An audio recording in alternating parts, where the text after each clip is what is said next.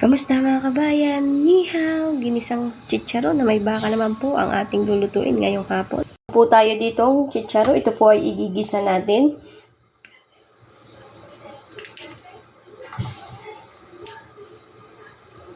Paalsin lang po muna natin ang tabi-tabi.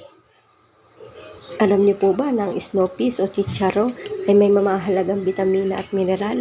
Meron din po itong vitamin C na tumutulong para mapaganda po ang ating balat. Alam niyo po ba na meron din po itong bitamina na mahalaga sa dugo at kalusugan ng buto? Naglalaman din po ito ng maliliit na bitamina katulad po ng vitamin A at saka ang vitamin B6. Ayan, yan po ang mga bitamina na makukuha natin sa pagkain natin ng snow peas o chicharo. Ayan, kapag po naalsa na natin ang mga dulo ay hatiin lang po natin sa gitna. Masyado pong mahaba kapag hindi na natin ginayat.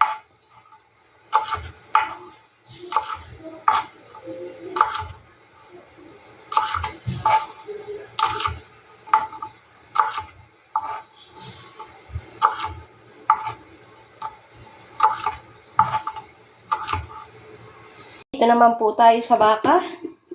Nahugasan ko na po yan. Malinis na. Lalagyan lang po natin ng isang kutsarang tapioca flour. Lalagyan po natin ng toyo.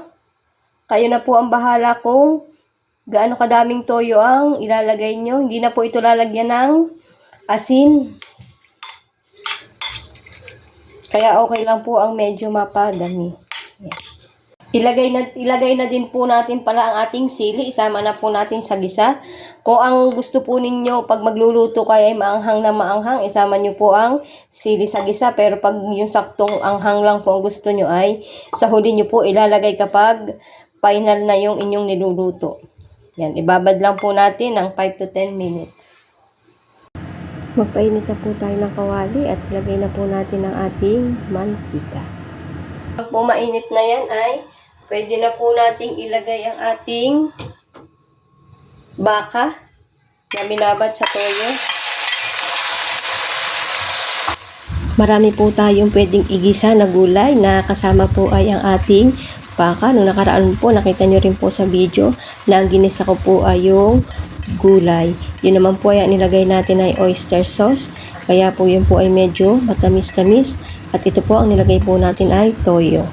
Kapag po ganito na yung baka natin, ay pwede na po natin ilagay ang ating gulay na chicharo. Halu-haluin lang po natin. At lagi po nating tatandaan, kumain ng gulay, pampahaba ng buhay. Okay na po itong ating niluluto. Pero na po tayo masarap na hapunan. Tara, kain po tayo. Salamat po Lord sa lahat ng blessing. Bukas po ulit. Salamat!